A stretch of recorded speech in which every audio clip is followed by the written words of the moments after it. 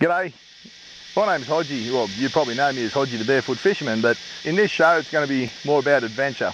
There's going to be a fishing element to it, but more about the places we go, things we go to see, and accessible to you as well. But this show's about more than that. It's not about show ponyism or any of that sort of stuff. It's about mateship, you know, like just knockabout Aussie stuff and the camaraderie of friends. That's what this show's about.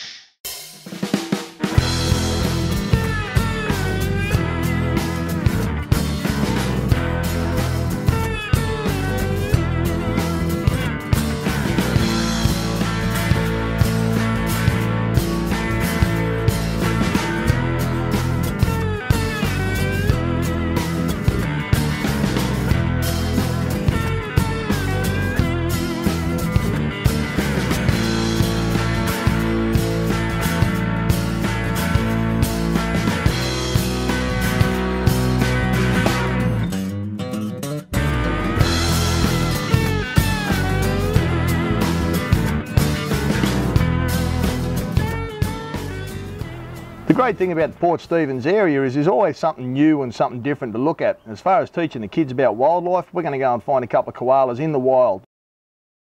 One thing I don't want to overdo with the young fella is the fishing thing. Show him other interesting things in the bush as far as animals go, things like koalas and kangaroos and lizards and snakes and all that sort of stuff. We're going to go and find a couple of koalas, not ones that are kept in captivity, but ones that are actually in the wild. He's coughed. Look, he's twitching his ears. Look.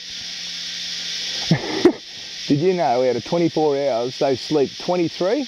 23 hours they only eat for about an hour, hour and a half a day. As much fun as we've had checking out the koalas and the spiders and cicadas and all that sort of stuff, it's time to go and try and catch a fish down the beach. Living near the mountains, in the forest by the sea. When I'm looking far away, I walk slowly, standing in the water, right there on the shore. Opens up all the feelings you just can't ignore. Looking up at the coastline, mountains and the sea. Maybe this is the thing I've chosen to be.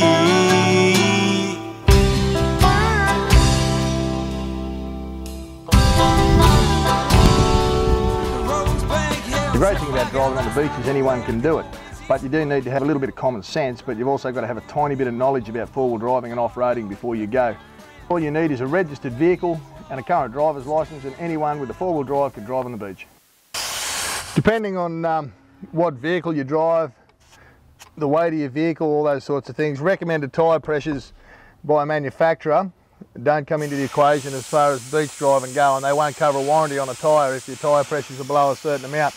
Me personally, I'll let mine down to around about 28, 25, 28 to start with. If the sand's really, really soft, I'll get out and I'll let them down to about 20.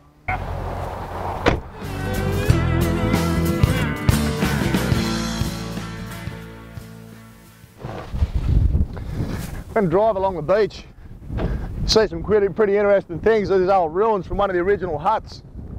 They used to be right along here. Now there's only one little community of them, but obviously if you're going to pull up and have a look and check something like this out, don't drive up too close. As you can see, there's bits of steel sticking up and all. You don't want to stake a tyre. And also, yeah, steel under the sand, feet, careful. This here apparently is one of the old army training. They used to have all razor wire strung up in between it. As you get people to crawl under the razor wire and stuff. There's a lot of this sort of stuff sort of through these sand dunes up the bank here. There's all tank traps up there too to stop army tanks. But yeah, it's, apart from being careful driving through here, because sand dunes move and this stuff can be covered up and then all of a sudden it's exposed like this. You don't want to hit them when they're that far under the sand. You'll stake your tyres. She's a wild horse and I wanna ride. She's a full moon on a restless night. She's got the technique if you're giving up a look in her eye. And I'm a sucker for a dirty smile. Giddy up, giddy up. What we're looking for Out here you can see out the back of the breakers is one set of white water, and then it drops into a gutter, and then you've got the wave standing up again. Now this one here, there's a lot of shallow water between the inside edge of the gutter and the break here, so it's going to be a long cast to hit deep water. What we're ideally trying to do is find because we're going to be fishing for bigger fish, like this would be great for whiting and stuff like that, but we're after bigger fish, so we'd preferably find deeper water closer to the bank. Open up the gate, baby. Not a bad gutter just here. Didn't watch the water for a little while. And twist, but I won't be thrown. Giddy up. I'm a bit of a shocker when I go fishing, especially if you don't know what the weather and the tide and all that sort of stuff's going to do. So usually bring a few different outfits. I'm going to choose at the moment, I'm going to choose an egg beater outfit, a fairly big egg beater outfit, because I'm going to be chucking smaller baits for brim and flathead and stuff like that. So with an overhead, if you've got a fairly stiff offshore breeze, then you're going to have troubles casting into it. So an egg beater is great for casting your longer distances. I've always got one of these things rigged up, called a Halco Twisty. They're basically a chrome slice. What they're meant to imitate is like a small white bait or a small pilchard darting through the water. They come into their own when you get the schools of birds, big flocks of birds you'll see working along the beach. And what they're doing is they're following the tailor and the salmon and all that sort of stuff. So I've always got one of these ready to put on. Don't stop. Let's go another round. Cause it's cowboy up until she goes down. Unbridled love, a little one-on-one. We're just tossing around, having too much fun. Giddy up, cowgirl, let's raise some hell.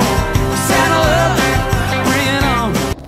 In here, I'm using a 2-hook rig, which is a perfect rig for using whole pilchards.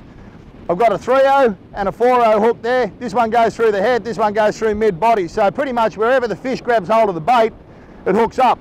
I've got a 30-pound leader on as well.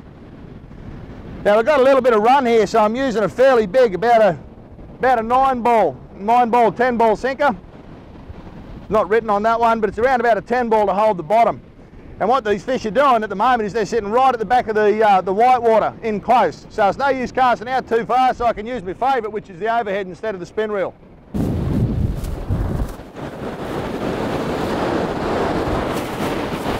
It's what it's called an Australian salmon. Probably one of the harder fighting fish you'll catch off the beach. In New Zealand they call them kahawai. They have a tendency to throw the hook sometimes. They jump and thrash their head. So use a fairly high rod angle.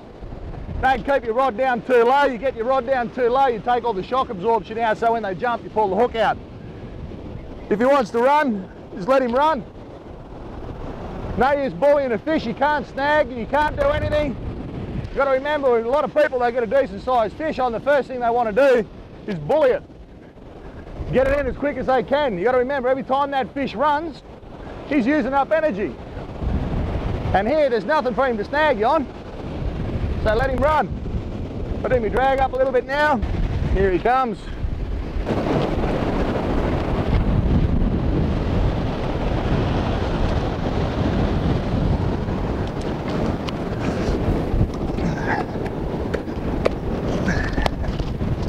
Absolutely awesome fish, these things. Very bloody, full of blood, so eating quality. Now I don't know if it's got something to do with cold water, warm water sort of comparison from New Zealand to here. I've eaten these things in New Zealand as sushi or sashimi, whatever you want to call it, and they're beautiful. I've never eaten one here, so I'm not gonna. He was never ever going to get off with the 2-hook rig. Well, what I'm going to actually do with this one's going to be destined for a dewy bait tonight off the beach. So I'll get these hooks out of him, put him out of his misery. You've got to be careful when you're unhooking fish with 2-hook rigs. You get a real good solid grab on them, because when they shake their head, if you've got your hand in there trying to get that second hook out, this one up here is floating around your hand. So if you're going to kill the fish, sometimes it's better. As you can see, that hook there, if he kicks, he's going to drive that straight in my hand. So sometimes it's better to go up from the gill cage like that. Get the hook out.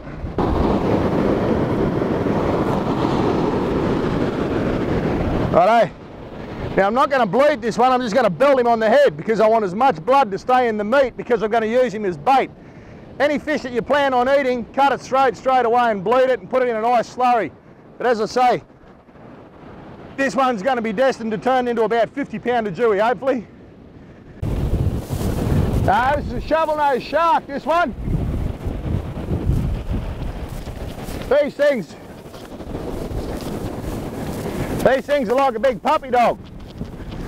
They're absolutely harmless. Absolutely harmless, and I'm just going to stick that over the top there, and should always be released. The type of cast that we do when we're doing long distance cast is what they call a pendulum cast.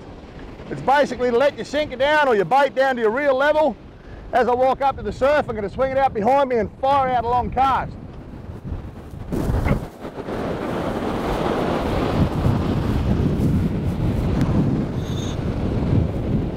Cast any further than that, go somewhere else.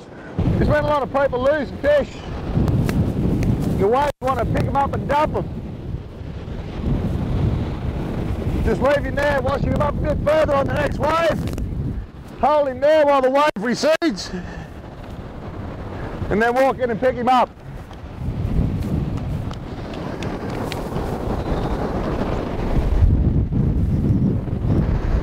As far as fighting fish goes, they're a good clean fighter, but they jump. They're pretty spectacular, especially when you get them in the shallow water here. They're awesome fish. He's taken this down pretty deep, so we might have another Jewie bait here yet by the look of it. Oh, nah, should be able to get that out. I do bleed a lot of these things, but apparently the recovery rate's pretty good.